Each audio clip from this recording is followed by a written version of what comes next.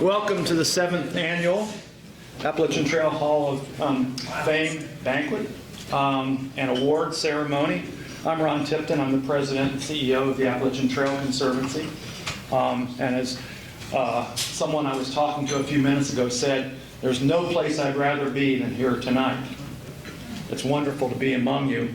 I have a few people we want to recognize, and I'll say a couple words, and then we'll turn it over to the people that really matter.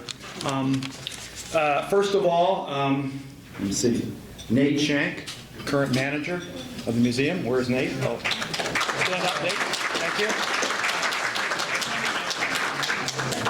I'd like to also recognize Margie Schmidt, and Howard Davis, who were the first two managers of the museum. And our other manager, Joe Harold, is actually hiking the AT, so it's a pretty good excuse for not being here. Hey, Joe. So, and could we have all of the directors of the Appalachian Trail Museum please stand up and be recognized?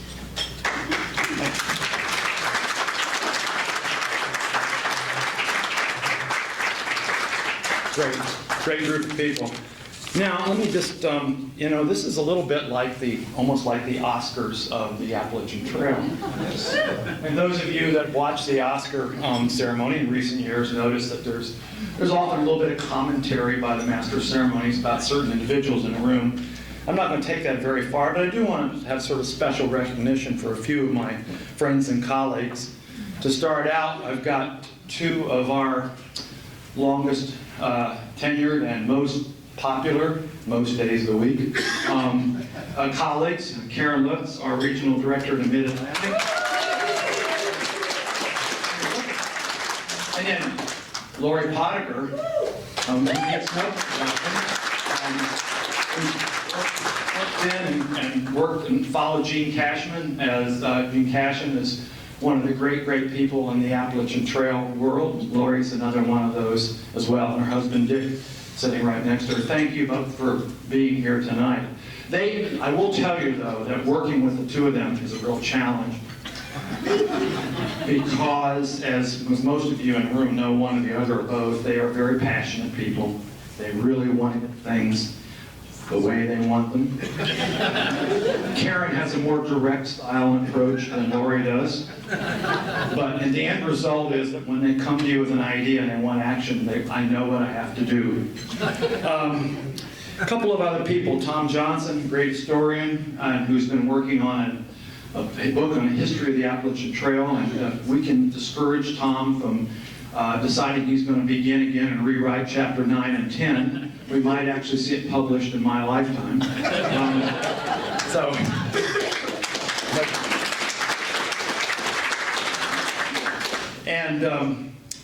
Sitting right next to him is probably one of my longest and closest friends, Dave Sherman, who's also a member of the Hall of Fame, and somebody who's had a very significant, important role in the protection of the AT, the purchase of land. Now, one thing about Dave you need to know is that he created a bunch of segment maps in the 1980s, and he likes to pretend like they're current. And so he often will bring these maps out or send you a facsimile attached to an email, and you're supposed to act like he just drew this map yesterday. But his role in history is well known. And then there's Bill O'Brien. Bill, where are you? I love Bill. He's a great guy. Now, Bill has a particular obsession, and that's with, as you may know, with Ed Garvey, who is I believe, was it the first or second class? First class. Well-deserved. Ed was a longtime friend of myself and Dave's and others. But we didn't create the traveling Garveys. Bill O'Brien did. Bill actually hiked with a group that he called Traveling Garveys. Now that's a unique situation, I would say, with the Appalachian Trail. And I always appreciated his dedication to Ed, although I always kind of wondered what that meant. So with all of that done, I would like to now introduce Cindy Dunn, and have Cindy come up as the Cindy is the head of the Pennsylvania Department of Natural Resources. I didn't quite get it right. DCNR, Department of Conservation and Natural Resources. I got it right. And since I sort of feel like Cindy has done at least 4 or 5 of these dinners as the MC. I sort of feel like I'm following David Letterman when I follow Cindy. But Cindy, please come up and say a few words.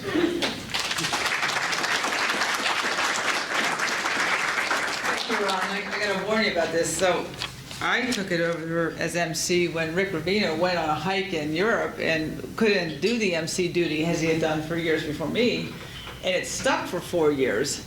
And so I just got to tell you, when that baton passes, it stays passed for a little while. So I think 4 years is a tenure. I have to say, I've known Ron for, 20 years or so.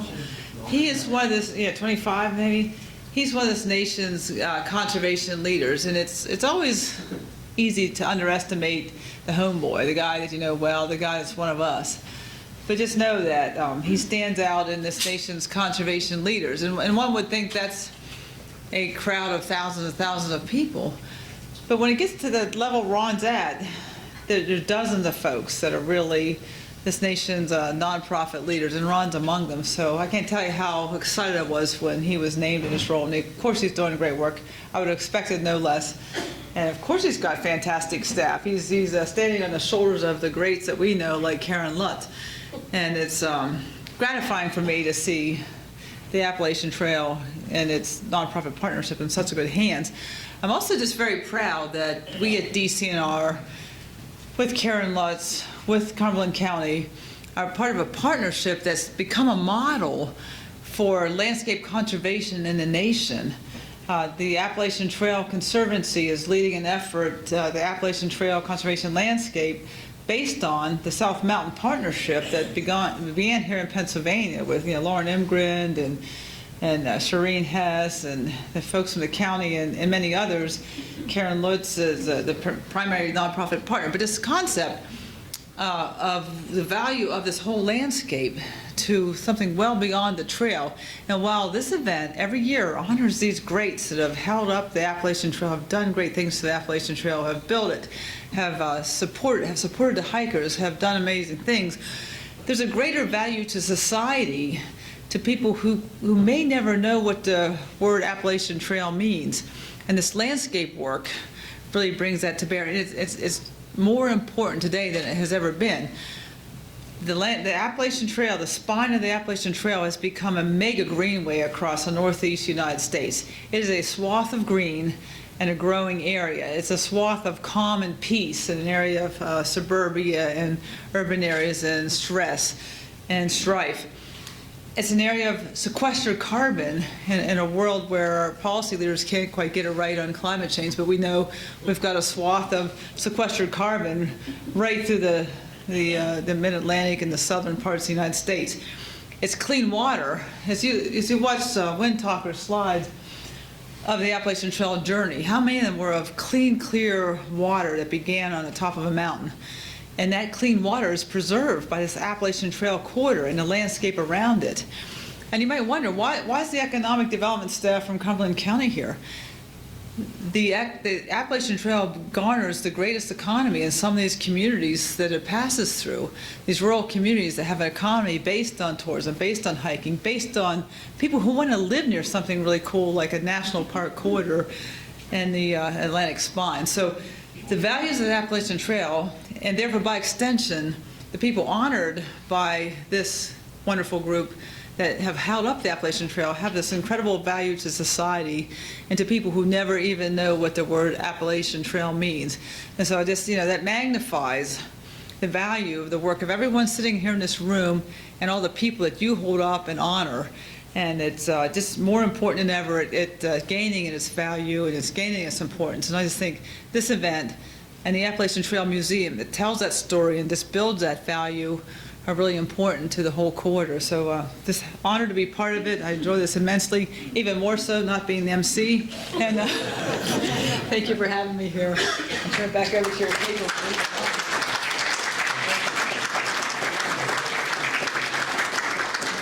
Thank you so much, Cindy. I now have the pleasure to introduce Larry Luxembourg, who's the president of the Appalachian Trail Museum, and I think he has a couple of awards.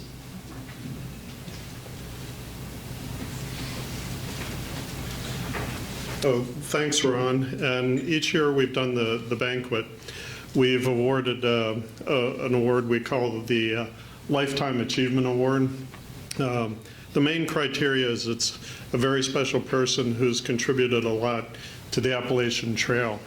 I can't describe the awardee for very long and keep it a surprise, so I won't try. At any rate, Ron touched briefly on Jean Cashin, who was a giant of the trail. She was the face of the trail for many years, and we thought she'd be impossible to replace. It turned out that it wasn't impossible to replace her. She was succeeded by another very special person, Lori Pottinger, who's been the information specialist for ATC for many years now, and one totally dedicated to the trail, who's become the face of the trail. And in terms of the museum, she's been involved from the very first minute when we started, literally the very first minute when we started organizing the museum, and remains on the board today. So if we could have a warm welcome for Lori as this year's recipient.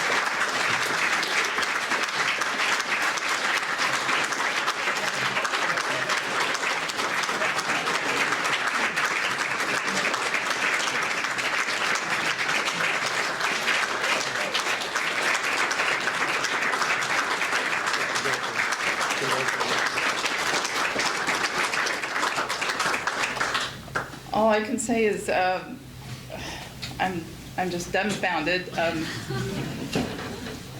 There are going to be plenty of words to follow and to say this means the world to me, and I feel like I should be crawling under a table, but I know I have to come back here to talk, so I'll get my floor later.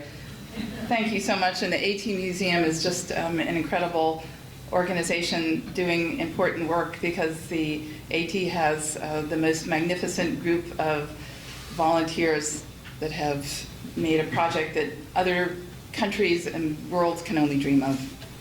Thank you. For a second award, this is a new one this year. This is a partnership award, and Cindy touched on this before. There's been a warm reception for the AT in Cumberland County. That's maybe a reversal. I see our historian smiling. A reversal over many years ago.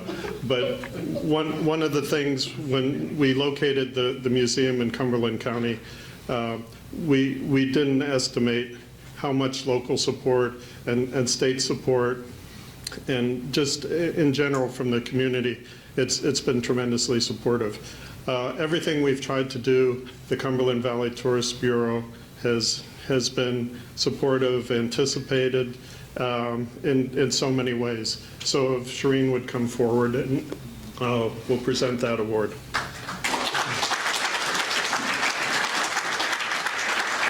Thank you. So much. congratulations, Shireen. Thank you. Thank you. Thank you very Awesome. much.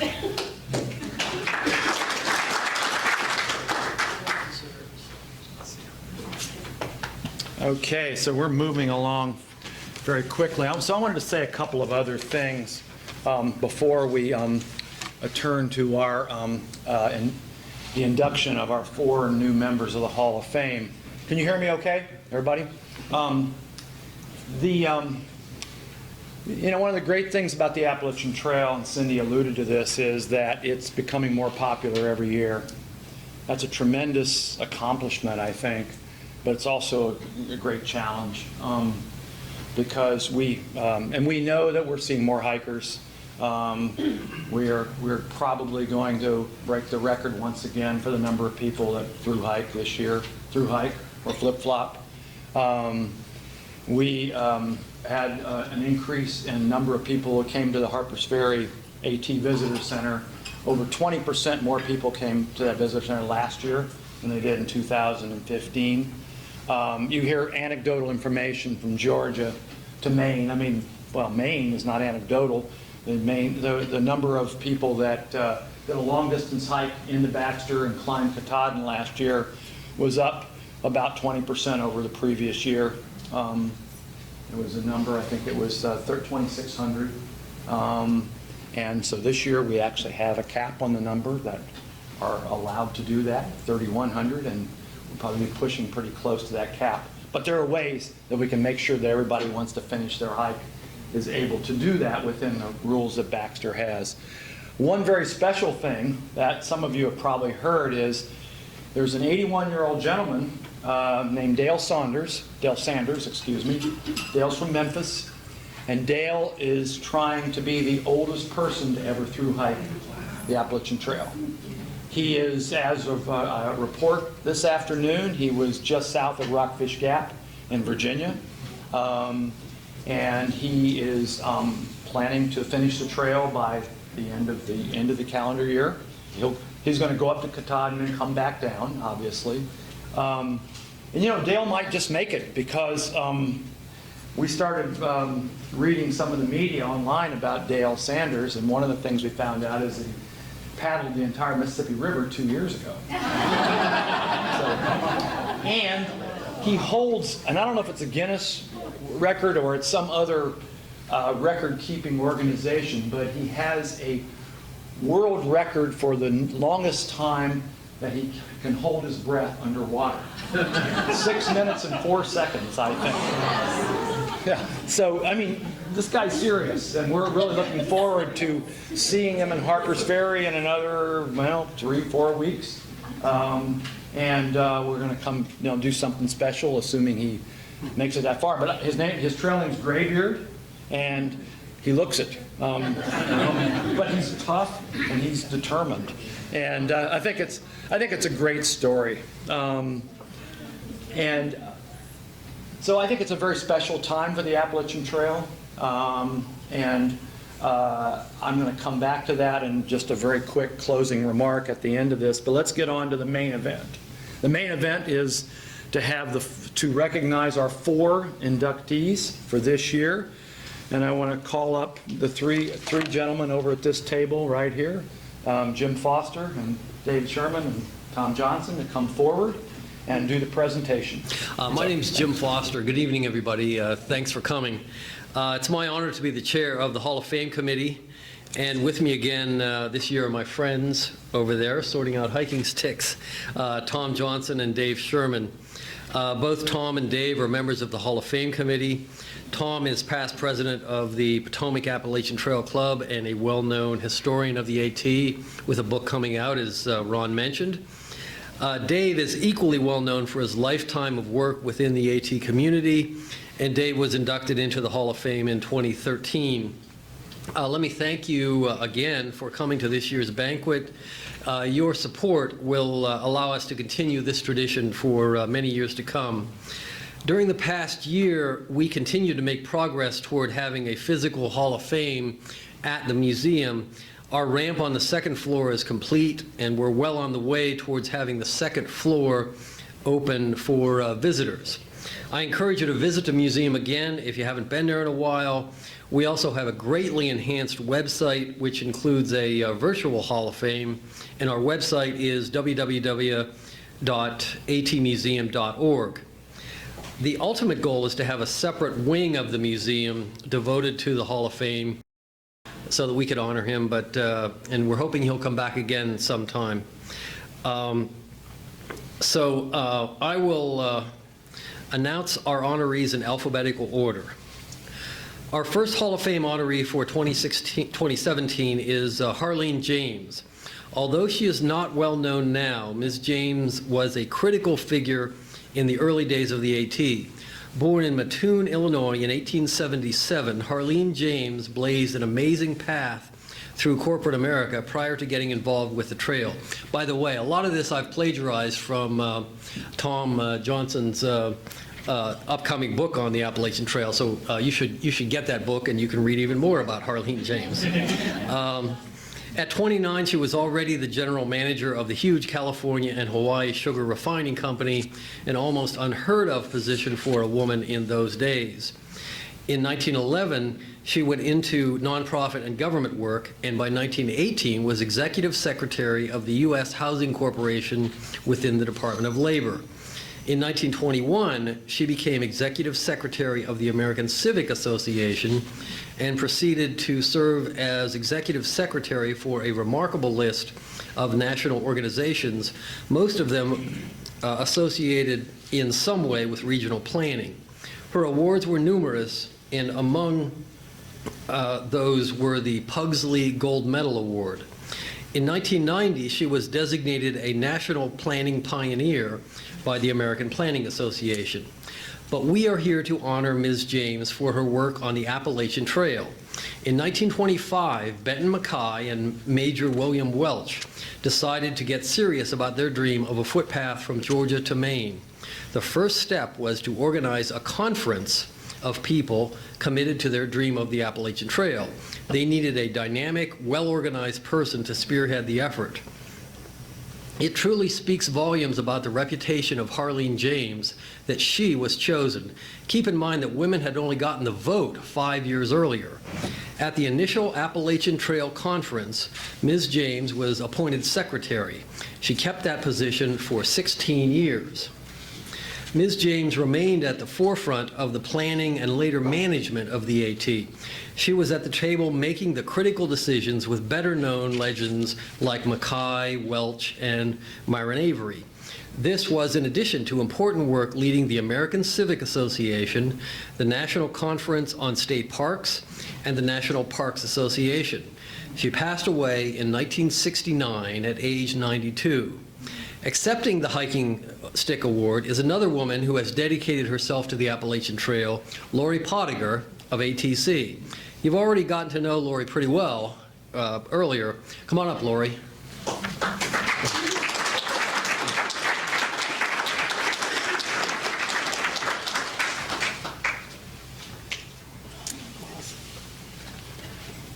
Thank you. It's such an honor, and I have this wonderful speech I prepared, and so there are not quite as many surprises as I thought there might be, but I just want to ask you all, how many of you could say one thing about Harleen James before she was nominated to the Hall of Fame Museum? How many? Raise your hand if you could say one thing. Oh, come on, Tom Johnson. He's here. There you are, okay. So, okay, I'm not alone. So when I was asked to present this award, or accept the award on behalf of ATC, I was a little nervous because I knew nothing about her, not even whether she was a man or a woman, until I looked that up and saw her picture, even though I've been at ATC for 30 years. But just to recap her life. She graduated from Stanford University in 1898, went on to do graduate work at Columbia University and the University of Chicago. She became a corporate executive at a time women did not even have the right to vote. During her lifetime, she became a really influential city planner, and she promoted parks at the city, state, and national level. So her work was so significant that she was recognized as a national planning pioneer by the American Planning Association before Benton Mackay. So, okay, what did she do for the AT? She was the organizer of the very first Appalachian Trail Conference in 1925. Who knew? Not me. So that was an exciting discovery. So this was a watershed meeting, and we take its success for granted, but if it had been an epic failure, who knows whether there'd even be an Appalachian Trail today. Her skills and expertise as a planner supported the trail project in many ways. She was the Appalachian Trail Conservancy's conference's first secretary. Mackay and Avery sought her advice for decades. She also provided office space for both ATC and PATC at the Union Trust Building in Washington, D.C. until 1940. And she allowed members of her personal staff to assist with both ATC and PATC's administrative duties. So it was critical support at a time when a central presence in DC was absolutely essential. Number 3, her book, Romance of the National Parks. Anybody heard of that one? Well, it was quite influential at the time. It helped spark interest and support for the national parks at a time when there were just a few iconic ones and people might have been satisfied with just Yellowstone and Yosemite. So this book pushed to expand the national park system, and without this vision of an expanded park system throughout the whole United States, we might not have the protected National Scenic Trail that we have today. So how come we know so little about this woman who has done so much for the trail? I think from the little research that I've done, it's because of her really exceptional modesty. At a 1939 meeting of the Appalachian Trail Conference, this was at Dacey Pond in the shadow of Katahdin, she gave an update about her work, and she referred to herself as a drone, as if she were just like some insignificant worker bee. You've already learned how much she's already contributed. And you know, there are just so many people who have contributed to the building of the Appalachian Trail that are really humble people. And so I'm so glad that the Appalachian Trail Museum is recognizing not only all these famous people, but the lesser known ones like Harlan, who really have played an important role. Thank you.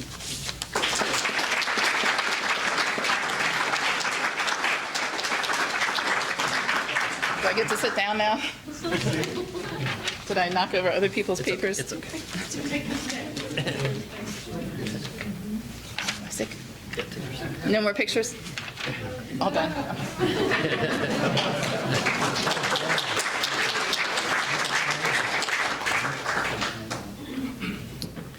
After pioneers like Harleen James built the AT, it fell to others to maintain it.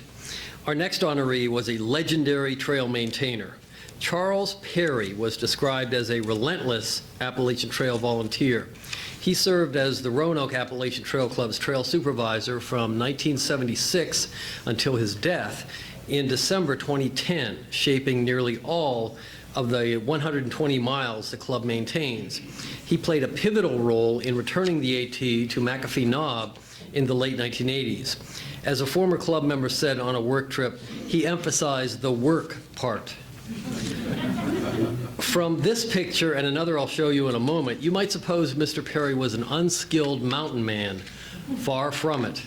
He held master's and doctorate degrees in mathematics from Michigan State University and spent his career teaching at Virginia Tech University with the same passion he brought to the trail. At the time of his death, at 68, he was professor emeritus at Virginia Tech's College of Science. This is my favorite picture of Mr. Perry. It was pretty hard to find pictures of him, as a matter of fact. Here is what his fellow Roanoke AT Club members said of Mr. Perry. Over the years, he laid out numerous relocations and saw each project through to completion. On nearly every weekend, he could be found out walking the trail, doing maintenance work or planning future work hikes. During his tenure, he rarely missed a club work hike. On all of the work hikes, he was always the hardest worker. He really did lead by example.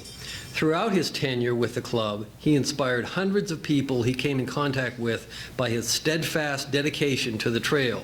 His long-term efforts to improve and maintain the trail continue to serve as a model to all of those members who knew him, as well as others in the trail community. Tonight we welcome Mr. Perry's widow, Gloria Perry, to accept the award. She's accompanied by Mr. Perry's daughter, Beth Ferris. Come on up, please.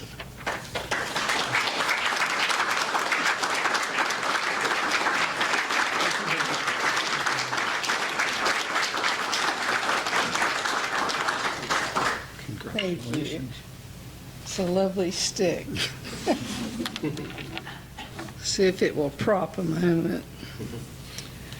Charles was a lucky man in that he had two great passions. Some of us never have one. He had two. Teaching his students mathematics at Virginia Tech and his work on the AT. The interest he took in preservation of the Appalachian Trail was a great benefit to all. His work there was truly a labor of love. His interest and commitment to conservation, his belief in the protection of the trail for future generations, his joy in nature, and his love of nature inspired many. Charles's commitment led to opportunities for others to serve and made possible the joy we experience in hiking the AT. Many of us gave time and labor. We broke rocks, we blazed trees, we cleared land. I remember cleaning up Hurricane Hugo with Charles, and that was a massive job. David Jones is in our audience tonight, and Bill Gorge. They both worked with Charles for many long years. He served as a liaison between the RATC and the Forest Service. He attended meetings between the Forest Service and others on a regular basis. He met with the rangers on the AT and adjoining lands for whatever was needed. He was an inspiration to many people, and many Eagle Scouts earned their badges doing projects with Charles on the Appalachian Trail. As we walked that path and enjoyed the beauty and serenity, we realized that without the work and commitment of men like Charles Perry, we would not have this to enjoy, and it is indeed an honor to have Charles remembered in the Appalachian Trail Club Hall of Fame. Thank you.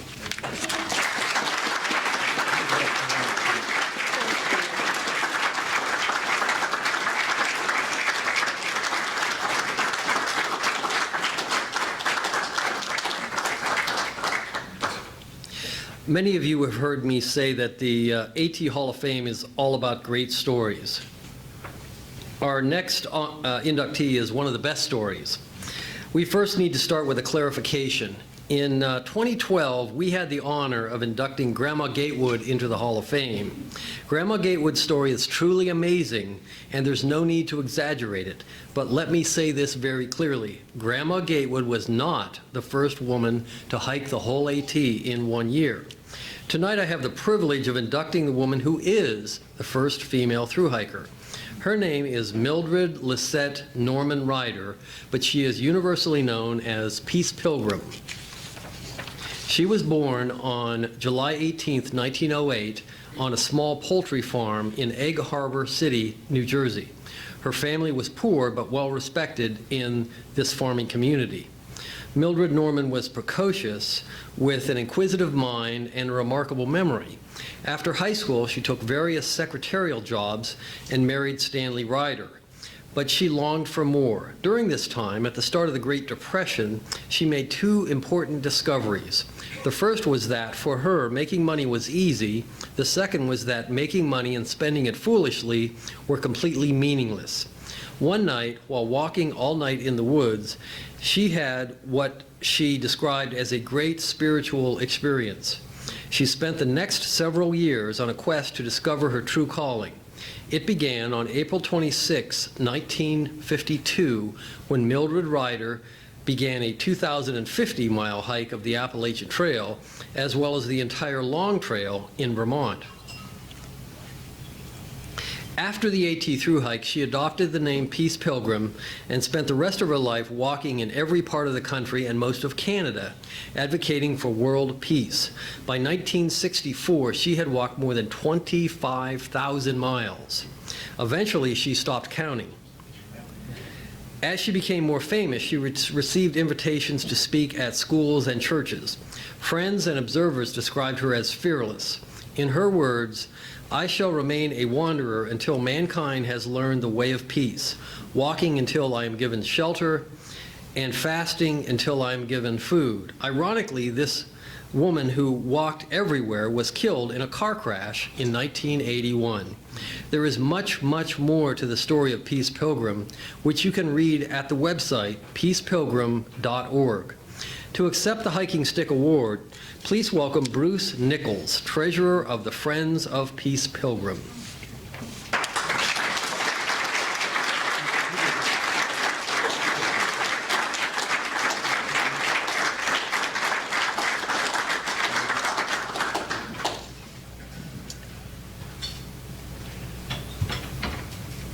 It's really great to be here with you all tonight, and I feel so humble and happy to be receiving this award for Mildred.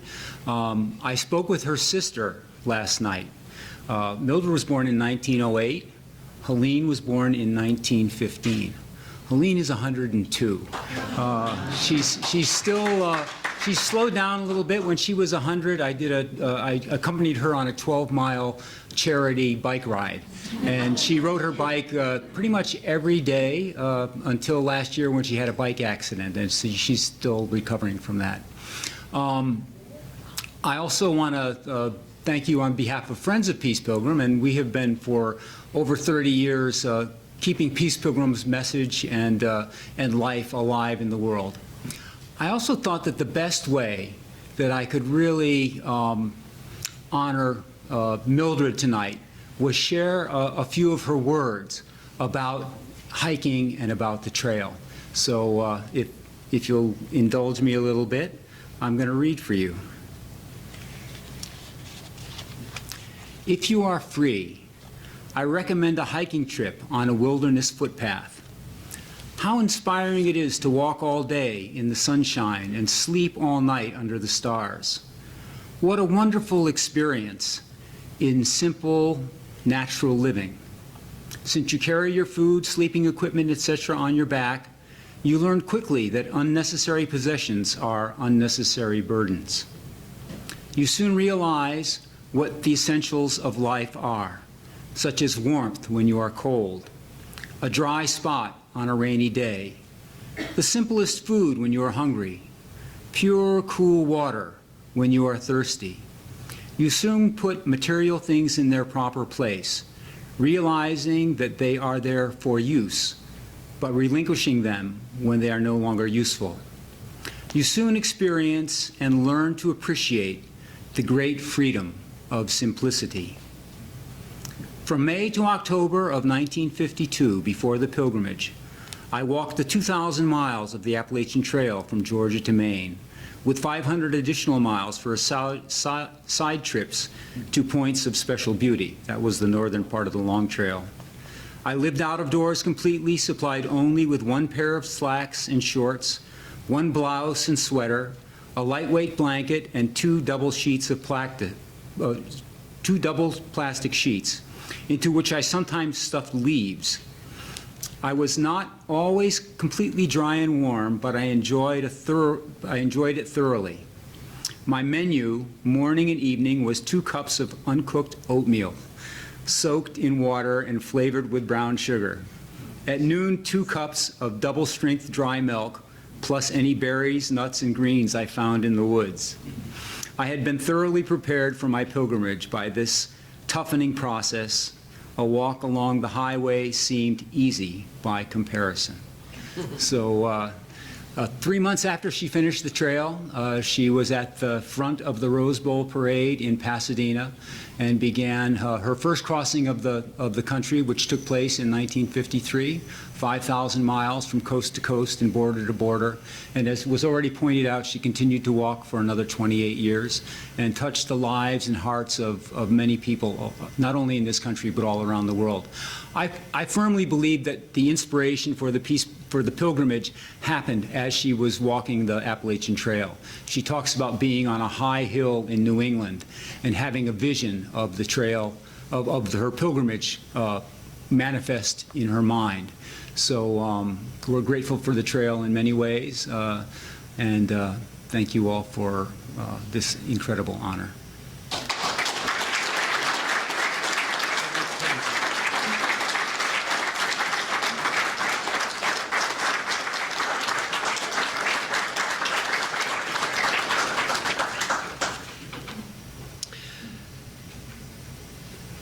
Speaking of great stories, the story of our final inductee of 2017 is really 4 love stories.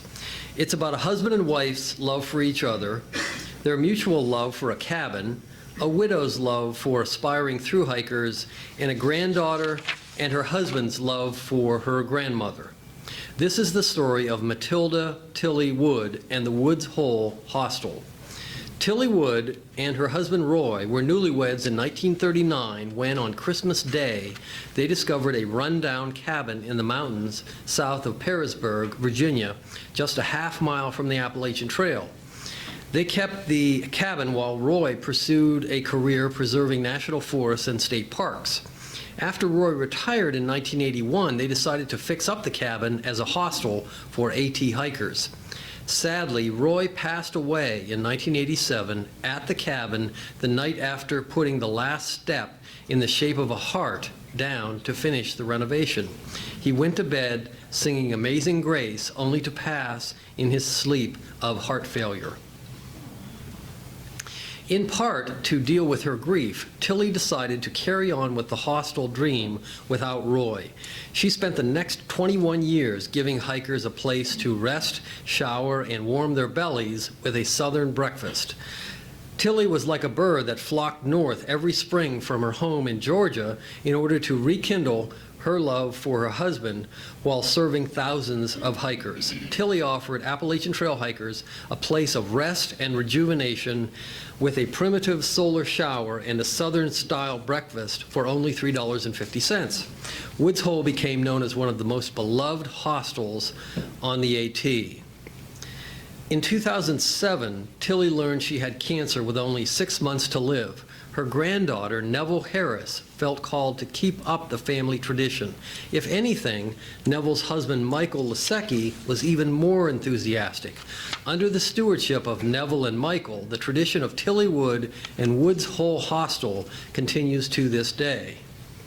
I want to say also that I was telling Ron earlier that the honoring of Tilly Wood tonight fills in what I think is a hole in the Appalachian Trail Hall of Fame. We've honored the founders of the Appalachian Trail, those who preserved the Appalachian Trail and provided funding for the AT, along with some very important hikers of the AT, but we've never honored anybody whose main contribution was helping out hikers on the AT, and tonight we do that by honoring Tilly Wood.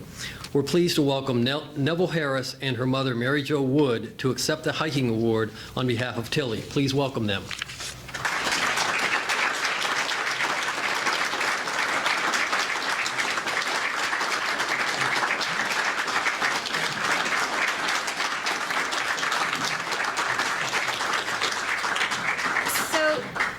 So you guys don't know the Wood family. But the Wood family is known for telling stories. And so it's my job to tell a story. And the first thing of this story I want to tell is there's few times in life when you feel like a piece of a puzzle comes together. And tonight feels like a piece of a puzzle. There's Laurie Pottinger, who happened to be at the hostel when my grandfather passed away around that time.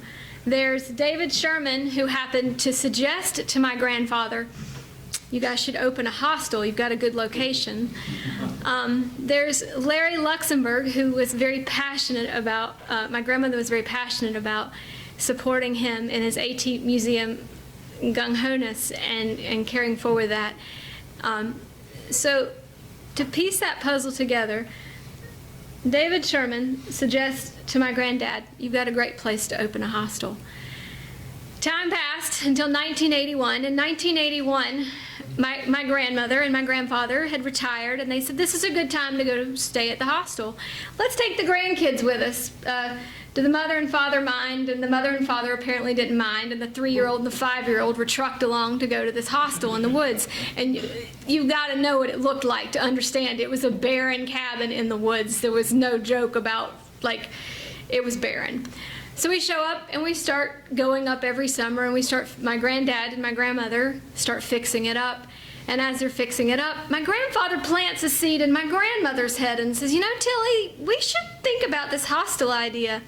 And my grandmother says, this is the woman who carried a hostel on for 21 years, says, Roy or Splinter, I don't want to feed those or introduce those smelly hikers into my home. I mean, this is real. And he says, let's try it. So the first year, 1986, they gave it a go. They tried it, and 8 hikers came down. And lo and behold, they ended up saying to themselves, this is really cool. What interesting people. And if you sat around at that breakfast table, and in those days you could decently get 8 people around the table and not miss anybody, and they found out that there was a CEO of a business, there was a guy that just lost his job, there was a wife who had just gotten a divorce, there were very few females, but still there was somebody else. Every character around that table was so diverse, and yet they all looked exactly the same. They all looked like they needed a shower, they all looked like they appreciated what they got, and they all loved the fact that they had what they had. And so in 1987, when my grandfather passed away, it was a sheer shock that my grandmother decided to keep going forward. A sheer shock. And I think the reason that she kept going forward were 2 or 3 reasons. One was the ATC. The ATC reached out to my grandmother in a way that I don't think many people do. And they said, we really, really value what you've done for the hikers, and we're grateful for what you've done. And the second might have been her grandkids. Do y'all want to keep coming up? Yep, we want to keep coming up.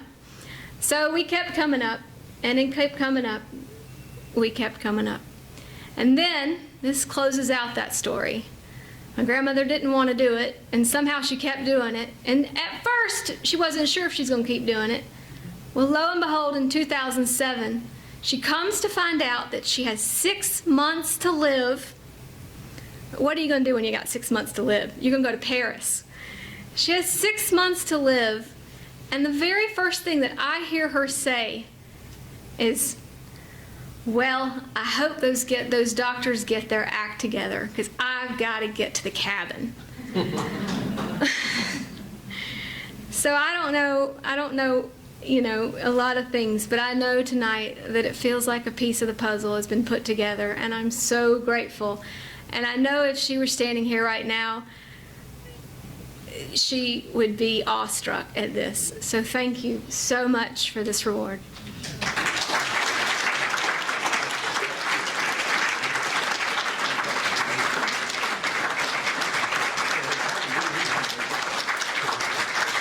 Thank you for a great walking stick, which my mother would have used had she been here.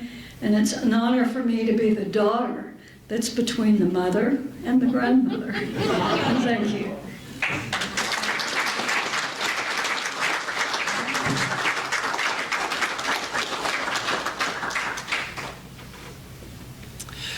So this is our 2017 Hall of Fame class. I'd like to ask all the representatives to come forward again. You just sat down, but please stand up again so that we can express our appreciation. So would all the representatives please come forward again?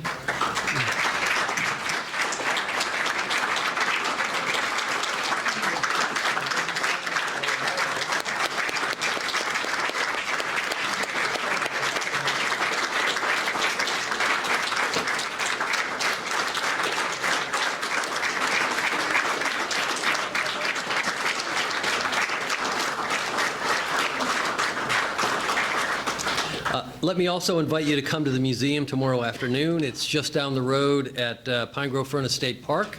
We're going to honor the 2017 class, the representatives you see before you, and you'll have the opportunity to learn much more about the honorees. We also have activities for children, a picnic lunch, and some great music. Thank you again for your support and interest in the work of the Appalachian Trail Hall of Fame, and have a good evening. And Ron has a few more remarks, too.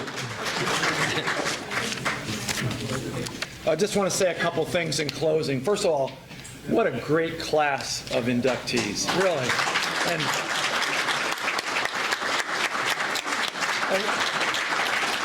what inspiring stories told by their friends and their families. I mean, I won't make a political comment tonight, but now you understand the breadth of the support for the Appalachian Trail. It has nothing to do with Republicans or Democrats or the kind of infighting or things that are happening in our world today. The AT will persevere and will thrive. I really want to recommend that you all support the Appalachian Trail Museum. ATC does, I do. I intend to support it at a higher level in the future. It is the museum for the Appalachian Trail. I love to hear that Larry's got some ambitious ideas for special places like a Hall of Fame annex. I also want to extend a personal invitation to all of you to join us for our biennial, our 2017 biennial at Colby College in Maine. That will begin on August 4th. And the biennials that ATC sponsors, along with the Maine Appalachian Trail Club and the Appalachian Mountain Club, the biennials in Maine always draw the biggest audience for obvious reasons. We've got about 150 hikes that are planned, and some great speakers and workshops and opportunities to just be with, the Appalachian Trail. The final thing that I wanted to say was actually I need to acknowledge. Yes, I need to acknowledge some people before I give my closing comment. First of all, the committee. I mean, what a great job our nominating committee did.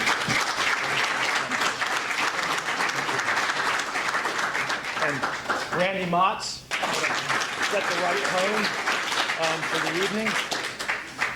John Bodette, obviously, for the sticks. I mean, John's been doing this ever since the Hall of Fame began, and we really hope we can get him to come back and give them to us in person next year. All the volunteers that helped us tonight.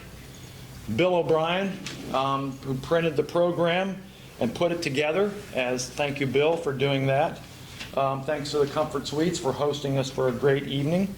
And the final thing I want to do is leave you with a thought, and it's by way of a quote. This is coming from a woman named Erin Berger, who wrote an article titled "To Diversify the Outdoors." We always have to think about who we're excluding. This was in Outside Magazine last fall. And I think there's an inspiring message here in the era of the growing popularity of hiking and fast walking, and particularly the Appalachian Trail. Robert Moore put it brilliantly: every step a hiker takes is a vote for the continued existence of a trail. If folks stopped hiking the Appalachian Trail, Pacific Crest Trail, or the numerous other historic trails all across our country, they would become overgrown and disappear from our landscapes. Trails are forged first by trailblazers, but more importantly, they are reforged and maintained by the rest of us. Our steps are assertions about the importance of the access to and relationship with wilderness. As our country grows more diverse, we face an imperative to include people of color in the narrative of blazing and keeping ablaze our trails. And I can tell you that the diversity of the trail is growing every year, the people that come to the trail. If the faces of our hikers and campers don't reflect the faces of our increasingly diversifying American population, our public lands, parks, and trails will surely suffer. These places exist by the power and stewardship of their users. Thank you very much, and have a great evening.